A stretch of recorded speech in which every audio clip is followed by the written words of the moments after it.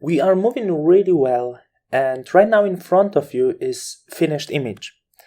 I'm just showing you this because based on this image we will be working with other images as well.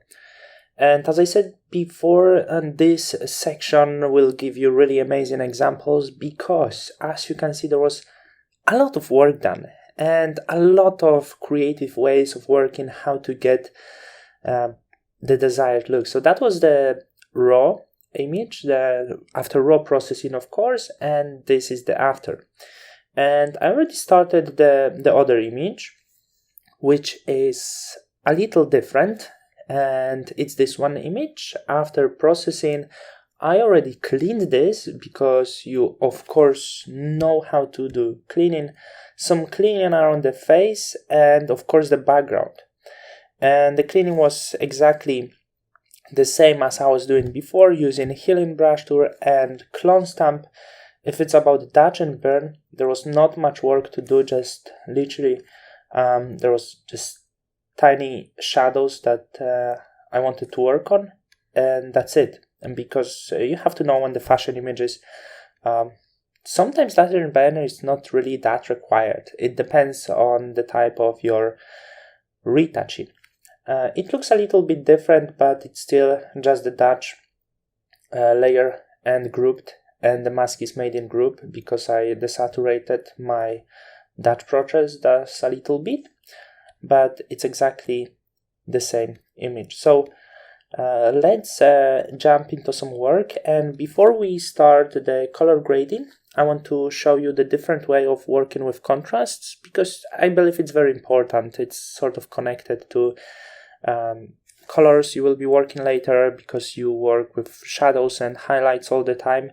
And if I have some different technique to show you, I want to show you. So, of course, it still will be related to curves. It's only about the way of masking. So, one will be for highlights, of course, which has is marked as an H, and the second will be shadows. And if you remember what we are doing, I was choosing the mask through image and then of course apply image. I'm not going to do this anymore, but I'm going to start with the highlights layer, and I'm going to use color range to do this. Let's go to select and color range. So what color range offers to you? Let's have a look at first. What is it? So we can choose the colors that exist over here. Whether we choose red, as you can see, it's masking the red colors that you have on the image. If we choose yellows, it will be masking the yellow colors on the image. Of course, it's as good as it looks. Of course, we can also choose sampled colors. So for example, if I choose these blue colors, it would mask that way. If I choose background, it's really also powerful for example, changing the background color, because we can just simply mask it and change the color. But what interests me right now is the highlights. So select highlights, and the range always when I work with highlights, I set as a maximum 255, and then I want to choose the highlights, the range that will be suitable for my work. At the moment, I see the around 100% works quite well for me. So I will stick to this, and that's how I will make the mask, because the highlights are well presented over here, including some of the background. Let's hit OK. And now I'm going also to make a selection and invert this for shadows, exactly the same as I was doing before. Let's take care of the highlights at first. I'm going to improve them. Don't worry if you see the banding, we will resolve this later. It sometimes appears for some reasons.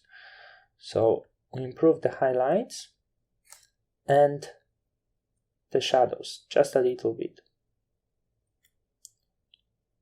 Okay, so this is the result I wanted to achieve, and what I see, I would like to actually get a little bit more out from her trousers, maybe from some highlights. I really want to have strong and harsh highlights on these images, as you can see.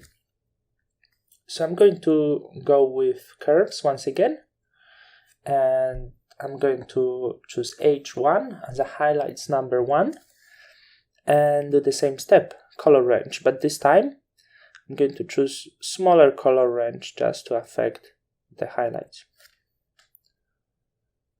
And once again, improve the highlights. I will take down the previous one down to 70%, and this one also down to 70%, so I will keep some balance on them. Put them into the group. See, of course not normal but luminosity, and before, after. Before, it's really harsh right now, but it's the way I like it. This was the main idea for this image, so this is how I would set up the contrasts for this image. Okay, so let's jump into color grading.